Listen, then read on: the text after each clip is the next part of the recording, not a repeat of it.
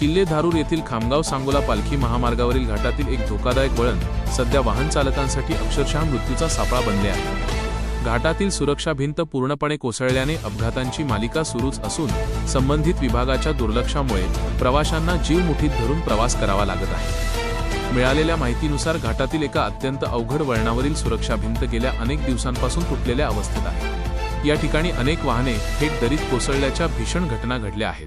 घाटात मोठा उतार असल्याने वरून येणारी वाहने अनेकदा भरधाव वेगात असतात। अशातच समोर असलेल्या तीव्र वळणाचा अंदाज न आल्याने चालकाचे वाहनावरील नियंत्रण सुटते आणि सुरक्षा भिंत नसल्याने वाहन थेट दरीच्या दिशेने जाते।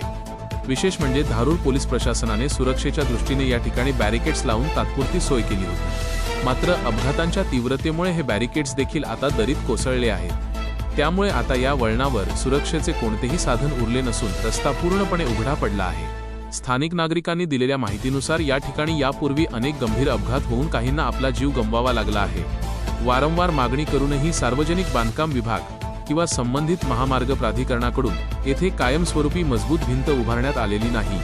प्रशासन लोकांच्या मृत्यूची वाट पाहत आहे का, असा संतप्त सवाल आता स्थानिक ग्रामस्थ आणि वाहनचालक विचारत आहेत। घाटात ठिकठिकाणी रेडियमचे इशारा फलक आणि रिफ्लेक्टर्स बसवावे, रस्त्याच्या कडेला तातडीने लोखंडी रेलिंग बसवण्यात यावी। या धोकादायक वळणावर तातडीने उपाययोजना न केल्यास भविष्यात आणखी मोठा अनर्थ घडण्याची शक्यता वर्तवण्यात येत आहे।